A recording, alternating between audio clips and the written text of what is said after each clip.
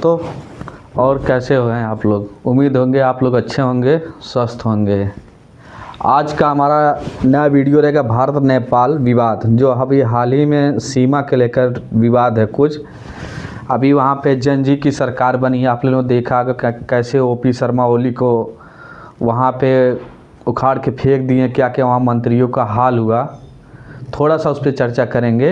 वहाँ पे केपी शर्मा ओली प्रधानमंत्री थे। उसके बाद वहाँ पे नेपाल के युवा जो एक आंदोलन उग्र होकर किए, वहाँ पे ये कारण था कि सोशल मीडिया एक ही तरह पूरी प्लेटफॉर्म पे सोशल मीडिया एकदम बैन कर दे, जो अपनी आवाज़ रखने के लिए हर किसी का माध्यम होता है।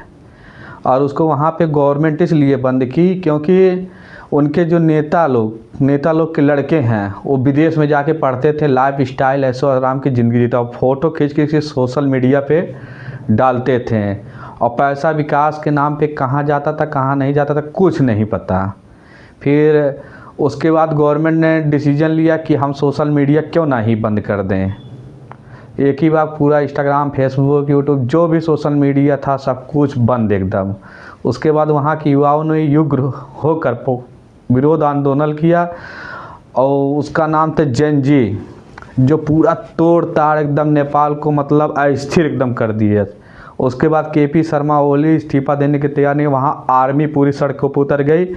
उसके बाद केपी शर्मा ओली लास्ट में हार मानकर इस्तीफा दिए। उसके बाद वहाँ से निकल लिए विदेश में। उसके बाद वहाँ के कुछ मंत्री को क्या हाल हुआ, सड़कों पर दौड़ा दौड़ा के मारे किसी को, वहाँ पे जो फिर सरकारी सामान लूट लिए।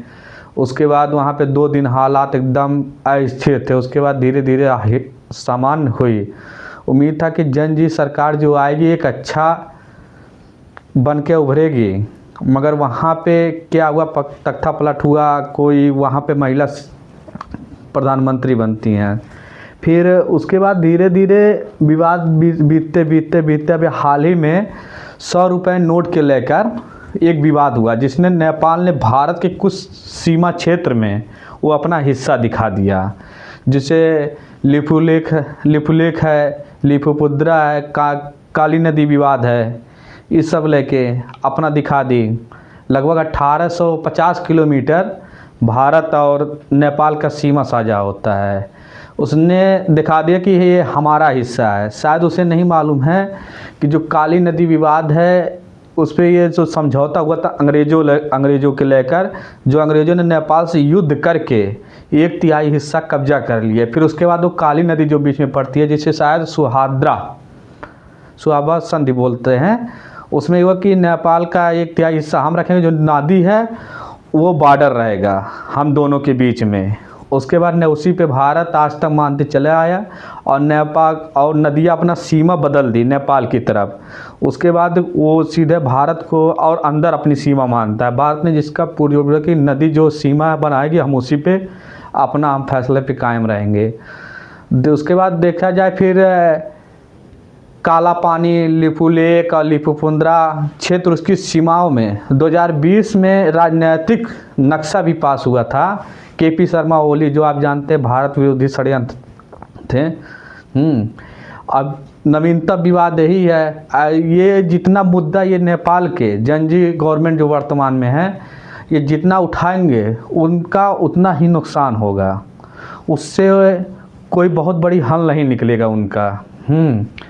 और ये अगर चाहे तो दोनों लोग बैठ के, भारत सरकार और दोनों लोग बैठ के बात भी कर सकते हैं, इस पर हल भी निकाल सकते हैं और इसके राजनीति और कूटनीति के संबंध में एक अच्छा संबंध भी स्थापित कर सकते हैं। मगर इनको बात नहीं है। भारत सरकार ने स्पष्ट कर दिया है कि हम इसे नहीं मानेंगे, वो कुछ भी करें हम इसे नहीं मानेंगे। अगर ये जितना भी लगे, जितना भी बात खड़ा करेंगे उनके लिए नुकसान है। अगर समाधान ढूंढना है तो आए। भारत अंतर्राष्ट्रीय माहौल पे हमेशा हम शांति अपने पड़ोसी देशों को चाहता है।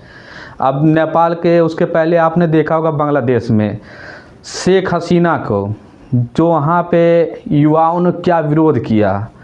शेख हसीना को उखाड़ कर फेंक दिया। शायद षड्यंत्र में इसमें अमेरिका का ही है पूरा हाथ है, क्योंकि उसे एयरपोर्ट चाहिए, एयरपोर्ट मिल नहीं रहा था। अब उसे मिल गया है, अब वो आराम से ऐसो आराम ज़िंदगी करेगा वहाँ पे। उसके बाद उठते हुए यूनुस खान वहाँ के प्रधानमंत्री बनते हैं। उन्होंने भारत के साथ अस्थिर, हमेशा विवादित बयान दिए कि हम ग्रेटर बांग्लादेश बनाएंगे। अरे क्या बांग्लादेश तुम लोग बनाओगे यार? तुम लोग को हम ही लोग आज़ाद कराएं, और तुम लोग को तोड़ के रख दिए हैं। फिर उसके बाद अभी बांग्लादेश हाल ही में विवाद लेके कहा कि हम भारत का चिकन नेक जो 22-23 किलोमीटर चौड़ा है लगभग, उसे हम काट देंगे। तो शायद उसे ये नहीं पता होगा जिस दिन हमारी इंडियन आर्मी, हमारी भारत सरकार अगर अपने पास जाएगी तो हमारा जो 22-23 किलोमीटर 230 किलोमीटर चौड़ा कर सकते हैं। अब वो हमेशा तुर्की में जाता है बांग्लादेश कि हम ग्रेटर बांग्लादेश का मैप समझते लीजिए, हैं अर्दगन साहब। कहीं चाइना में जाता है, वहाँ दिखाता है डोनाल्ड ट्रंप से मिलते हैं, बाइडन से भी मिलते हैं। आइए, यहाँ तक कि देखा जाए चिकन नेक के पास चाइना भी कुछ गतिविधियाँ कर रहा है, अब बांग्लादेश भी कर रहा है। ये बहुत भारी बांग्लादेश भी षड्यंत्र कर रहा है। अब फिर अभी इसके पहले देखा जाए, फिर हम आते हैं पाकिस्तान, जो एक कुत्ता की तरह उसका मैप है। अगर नक्शा आप लोग देखेंगे तो कुत्ते की आकार, जैसे कुत्ता बैठा रहता हाँफता रहता है, वैसे उसका है। आप लोग पता होगा कि जब भारत आज़ाद हुआ तो हम लोग उसको अपना दे दिया, एक हिस्सा उसे दे दिए। मोहम्मद अली जिन्ना था वो, हैं एक पहले देशभक्त था, उसके बाद वो देशद्रोही हो गया। वो अपना अलग मुल्क ले लिया, मगर वो अलग मुल्क क्या लिया, वो पूरे 57 मुस्लिम कंट्री को के लिए सिरदर्द बन गया। वो एकदम बदनाम करके रख देता है। क्या उसमें कहे। फिर उसके बाद आज़ाद हुआ। फिर उसके बाद क्या हुआ कि हम लोग भाईचारा में, हम बड़े भाई हो बन के छोटे भाइयों की मदद के लिए वो हम लोग को हर तरफ से, हमारा जम्मू कश्मीर विवाद हुआ, उसमें 1/3 हिस्सा वो ले लिया। फिर उसके बाद धीरे धीरे हमारा चाइना उसके बाद अटैक करके पूरा लद्दाख ले लिया, उसमें 1/3 हिस्सा हमारे पास है। फिर उसके बाद फिर वो कब्जा करके बैठ गया। फिर म्यांमार में देखें, म्यांमार में रोहिंग्या का लेकर इशू है। फिर उसके बाद देखा जाए बांग्लादेश तो है ही। अफ़गानिस्तान में देखा, अफ़गानिस्तान से हमारा कुछ है नहीं, मगर वहाँ पे जो सरकार बदली वहाँ पे हुआ। फिर तालिबान सरकार है, फिर भी उन्हें तालिबान से बातचीत हर मुद्दे पे रखें। तालिबान हमारे लिए एक क्रांतिकारी है। और फिर देखा जाए हमारे जितने भी पड़ोसी देश हैं, किसी से हमारा संबंध, उन्होंने पीठ से छुरा घोंपने का काम किया है, हम बड़े भाई के रूप में। क्योंकि विदेशी मीडिया कहती है कि भारत एक हाथी तरह देश है, उसको असर नहीं पर धीरे धीरे बढ़ता चला जाता है उसको। मगर अब हाथी नहीं बनना पड़ेगा, अब हाथी से कुछ और कहलाना पड़ेगा। भूटान भी देखे ही हैं, एक छोटू सा भूटान भी कुछ समय के लिए चाइना की गोद में गया, बस जब उसे समझ में आया तो उसके भारत की शरण में बैठे। श्रीलंका में भी वही हाल हुआ, जब श्रीलंका कुल से बिक गया तब उसके बाद भारत की शरण में आए हैं। और मालदीव में आपने देखे हुए कि मौजी वहाँ पे जो राष्ट्रपति हैं मोहम्मद मौजी, कि भारत के अगेंस्ट क्या क्या कैंपेन उन्होंने किया कि ये कर देंगे। उन्होंने बनते ही हेलीकॉप्टर भारत का भेज दिया, जो हम लोग उसको फ्री में दान दिए। तो उसको नहीं मालूम कि 1988 में हम ही लोग थे जो वहाँ जाके तख्ता पलट और दूसरे देश का कब्जा करने वाले, तो हम ही लोग बचाने वाले हैं। क्या आप कहें उन लोगों को। फिर उन्होंने कैंपेन किया और हमारे प्रधानमंत्री जी लक्षद्वीप में जाके बैठ गए हैं। उसके बाद उनकी अर्थव्यवस्था चौपट हो गई एकदम। तब उन्होंने भारत से माफ़ी मांगे और धीरे धीरे बढ़ाए, आज वो भी समझ में आ गए। तो अपने पड़ोसी देशों के साथ भारत सरकार को इसमें चाहिए कि अपने पड़ोसी देश के साथ कोई भी नरम दिल से नहीं पेश आना चाहिए। इनको छोड़ देना, बांग्लादेश उसे छोड़ देना चाहिए, चिकन नेक चौड़ा कर ले, हमेशा के लिए विवाद ख़त्म। क्या होगा, बहुत होगा, टैरिफ लगाएंगे, सेंसर ला देंगे, झेल लेंगे। हम लोग परमाणु बम परीक्षण किए, उसके बाद उसमें झेले भी।